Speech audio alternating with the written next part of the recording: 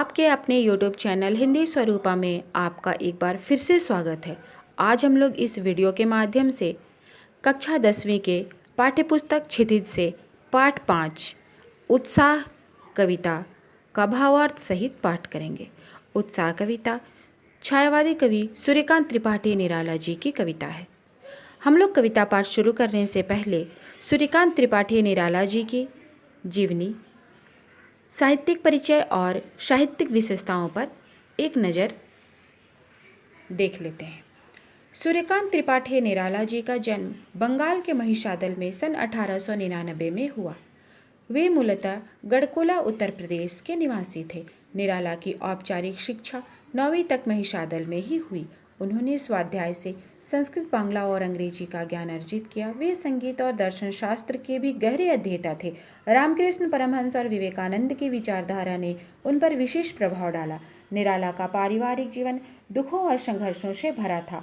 आत्मीयजनों के असामयिक निधन ने उन्हें भीतर तक तोड़ कर रख दिया था। साहित्यिक मोर्चे पर भी उन्होंने अनवरत संघर्ष किया। सन 1961 में उनका देहांत हो गया। उनकी प्रमुख काव्य रचनाएं अनामिका, परिमल, गीतिका, कुकुरमुत्ता और नए पत्ते। उपन्यास, कहानी, आलोचना और निबंध लेखन में भी उनकी ख्याति अविस्मरणीय है। निराला रचनावली के 8 खंडों में उनका संपूर्ण साहित्य प्रकाशित है। निराला विस्तृत सरोकारों के कवि हैं। दार्शनिकता, विद्रोह, क्रांति, प्रेम की तरलता और प्रकृति का विराट तथा उदात्त चित्र उनकी रचनाओं में उपस्थित है। उनके विद्रोही स्वभाव ने कविता के भाव जगत और शिल्प जगत में नए प्रयोगों को संभव किया। छायावादी रचनाओं में उन्होंने सबसे पहले मुक्त छंद का प्रयोग किया। शोषित, उपेक्षित, पीड़ित और प्रताड़ित जन के प्रति उनकी कविता में जहाँ गहरी सहानुभूति का भाव मिलता है, वहीं शोषक वर्ग और सत्ता के प्रति प्रचंड प्रतिकार का भाव भी विद्यमान है।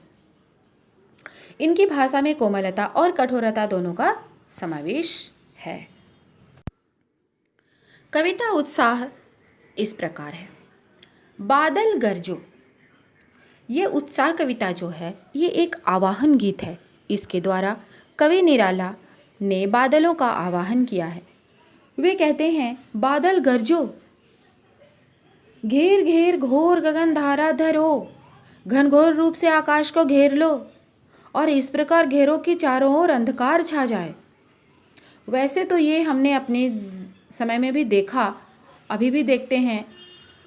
बरसात में या कभी ऐसा अगर मौसम आता है कि जब आकाश में चारों ओर काले बादल घिर आते हैं, तो ऐसा लगता है जैसे पल भर के लिए अंधेरा सा छा गया। तो कवि भी बादलों से आवाहन करते हुए इसी प्रकार घिरने को कहते हैं। बादल को कहते हैं कि हे बादल, तुम गरजो, घेर घेर घोर गगन धारा धर हो, घनघोर रूप से आकाश को घेर लो, चारों ओर अंधकार छा जाए। अर्थात वे बादलों को विध्वंस, क्रांति और विप्लव का रूप स्वीकार करते हैं। वे बादलों से कहते हैं कि तुम ही विध्वंस हो, तुम ही क्रांति हो और तुम ही विप्लव का रूप हो। ललित ललित काले घुंघराले। ललित ललित काले घुंघराले, इस पंक्ति का अर्थ क्या होगा? ललित ललित अर्थात कोमल कोमल, कोमल कोमल, सुंदर और कालिमा युक्त, धुंधला। वे कहते हैं, तुम्हारा रूप कभी कभी अत्यंत कोमल कोमल, सुंदर और कालिमा युक्त धुंधला होता है। बाल कल्पना कैसे पाले। बाल कल्पना यानी कि बच्चों की कल्पना, बच्चों की कल्पना सी, बिल्कुल उसी प्रकार की कल्पना तुम भी पाले। मतलब बच्चों की कल्पना जिस प्रकार मनमोहक होती है, बिल्कुल तुम्हारे ये रूप भी उसी प्रकार मनमोहक है।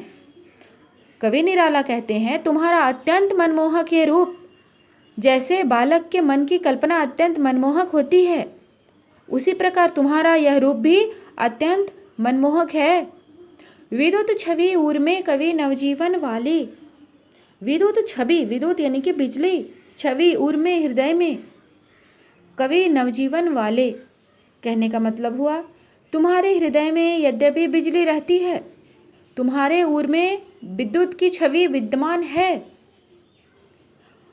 अर्थात तुम में विनाश की शक्ति है, तुम में विनाश की शक्ति विद्यमान है, तुम विनाश कर सकते हो, करते हो, किंतु नवजीवन वाले दूसरी ओर तुम नवजीवन देने वाले भी हो, तुम नवजीवन देते हो।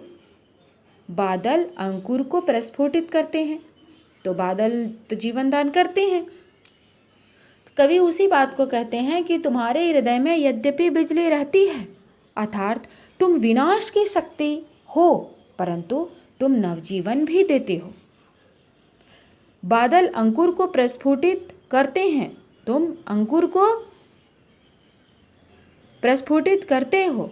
वज्र छिपा नूतन कविता, वज्र छिपा यानी कि वही प्रकृति के विनाश का कारण तुम हो।